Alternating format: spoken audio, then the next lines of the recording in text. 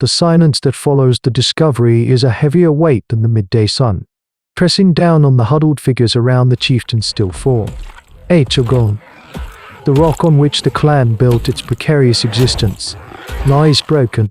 A guttural sob escapes a woman near the back, sharing the brutal quiet. His neck is a ruin, ripped open, the flesh scored by what appears to be a single, savage arc. It speaks of a predator, swift and brutal. Yet, the ground, soft from yesterday's infrequent downpour, shows no tracks beyond the sandals of the clan, no tail-stale imprint of a heavy foot, no dragging tail, no claw-marks beyond the immediate kill zone. This is the first, chilling whisper of doubt, a dissonant note in the mournful chorus. Kale, Aegon eldest son, drops to his knees, his hands hovering, unable to touch the desecrated body. His face, normally a canvas of stoic determination, crumples into a mask of disbelief, then a sudden, terrifying fury. His eyes, dark pools of grief and rage, snap to John, his younger brother, who stands rigid, a spear made with finely worked bastilled on tokeratic technology clutched in his hand. The spear's point, crafted from a massive theropod tooth, gleams dully, reflecting the fear now blossoming in the clan's faces. He died for nothing, Kale rasped, his voice raw. No word, no struggle. This is not the way of the great beasts. His gaze intensifies on John. Where were you, brother, when the elder fell? John's jaw tightens. He was the scout, the swift hunter, always ranging further, bolder. I sought game. As always he counters, his own grief battling defensiveness. I found him thus. As the sun began to warm the east, I cried out for help. But the answer hangs hollow in the air. This prehistoric life is a tapestry of endless threat. But murder from within, or a predator's coming mimicry, is a different kind of terror. The clan recoils, a ripple of unease spreading through the group. The wound looks like a raptor's work. Yes, but too clean, too deliberate, almost placed, the very air around them, usually thick with the scent of damp earth and distant fauna, now prickles with suspicion. No growl, no roar. Just 8 are gone. Gone. One of the elder women, their shame and this. Cloven eye, steps forward, her gaze piercing. They raptor, they say, but no beast hunts without leaving its mark. Then no man, without reason. Her words, meant to soothe, only stoke the smouldering embers of paranoia. Kayla's eyes narrow, taking in John's mud-minus streaked legs, the fresh, superficial scratch on his forearm, the mark of a struggle with thorns. Perhaps, or something more, the chieftain's influence, his ability to bind the disparate wills of the clan, now lies broken within. The unity, hard -1 over generations against the brutal, merciless reign of the Titans, shatters in the face of this incomprehensible death. The tribe, once a single body, now becomes a collection of frightened, suspicious individuals. Each glance exchanged, each whisper shared, only widens the growing chasm between them. The forest looms, silent and indifferent, its ancient inhabitants perhaps already watching, sensing the delicious unraveling. The rift between the brothers, and by extension, the clan, deepens with each passing sun. Kale, inheriting the chieftain's mantle, rules with a heavy, suspicious hand. He sees John-esque quiet brooding as guilt. His solitary hunts as attempts to escape. Yet, the clan starves, for their hunts become timid. Their movements constricted by fear of the unknown predator and the growing animosity within their ranks. This internal bleed is a feast for the true hunters, though none yet realize it. John, exiled to the fringes of the communal fire, feels the sting of his brother's suspicion and the clan's averted gazes.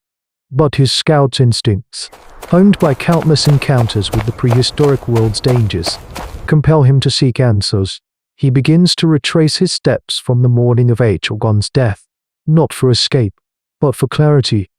He moves like a shadow, studying the undergrowth, the way the wind shifts the leaves, the faint, almost imperceptible signs of disturbance. His paleontology of the forest floor reveals nothing overt. No heavy tracks, no drag marks, just the whisper of grass. But then, he finds it a pattern of 3 minor stone prints, and of Ingram's small, almost delicate, far too light to be from a fully minus-grown raptor. They skirt the edge of the clearing where a Chagon was found, hidden by a fallen log, and among them, a strange, faint impression, not a hand, but a more complex indentation, like something pressed deliberately into the soft earth. This is no ordinary beast. This is a thinking thing. This thought sends a shiver down his spine, a primal fear colder than any beast's roar. He risks a visit to Hominid, the shamaness, now a neutral figure, caught between the brothers. Her eyes, clouded with age, hold a sharp intelligence. He shows her a rough sketch of the prints, of the peculiar indentation. Hominid examines them, her brow furrowing. The ghost hunters, she murmurs, referring to the elusive pack of Utahraptors that occasionally range through their territory.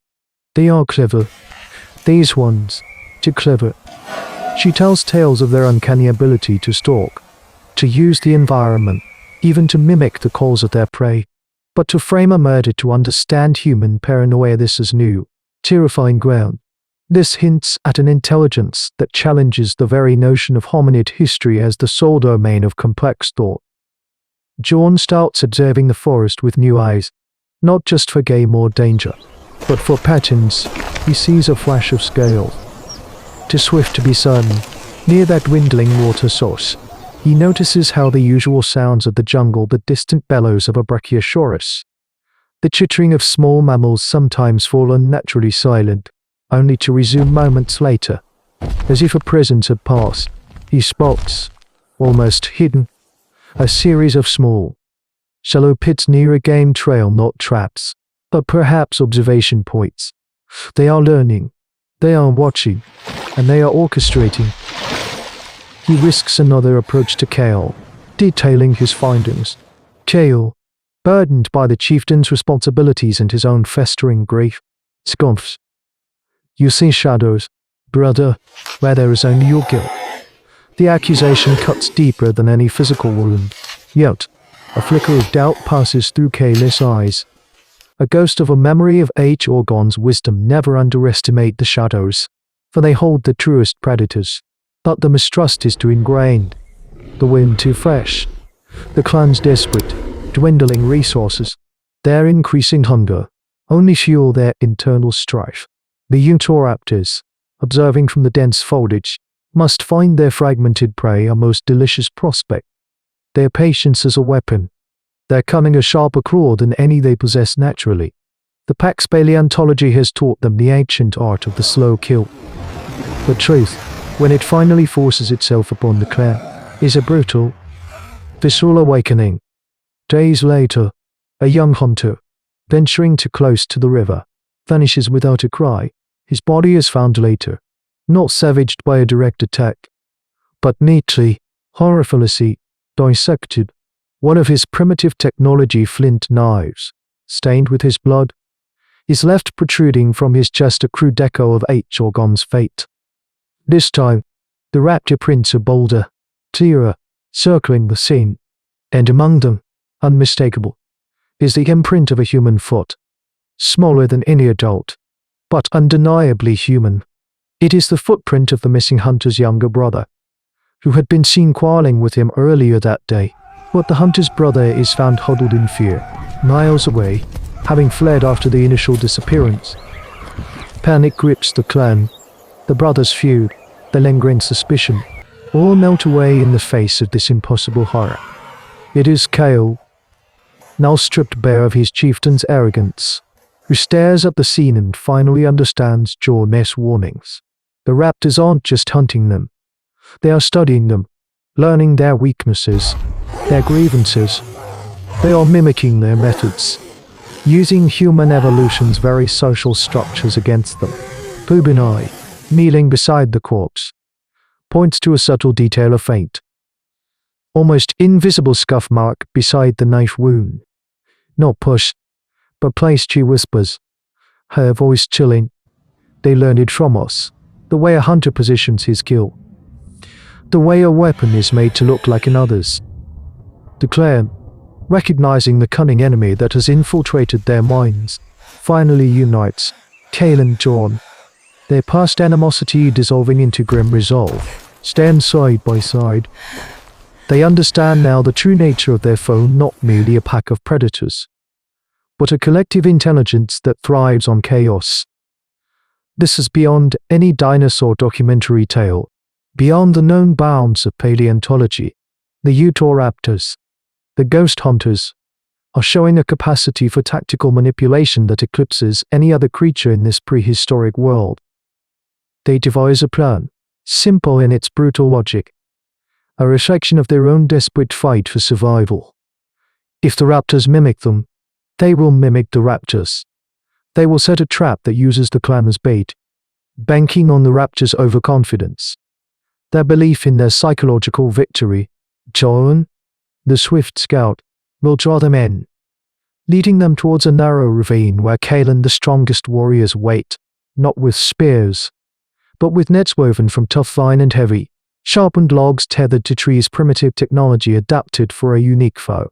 The key is silence, absolute stillness, a patient wait in the humid air, letting the predators come to them. The trap is sprung with the sudden shriek of a lure, a desperate call for help mimicked by one of the clan's younger hunters. The raptors respond, a blur of scaled muscle and flashing claws, confident they are cornering yet another terrified human. Their eyes, gleaming with cruel intelligence, scan for the human it believes it has isolated, but they meet not fear, but a roar of defiance from Cale as the nets spring up, entangling the lead raptors, their shrieks of rage tearing through the jungle. The logs swing down, crushing bone and scale. The fight is brutal, short, and bloody. They lose to more of their own, caught by the remaining raptors' desperate lunges.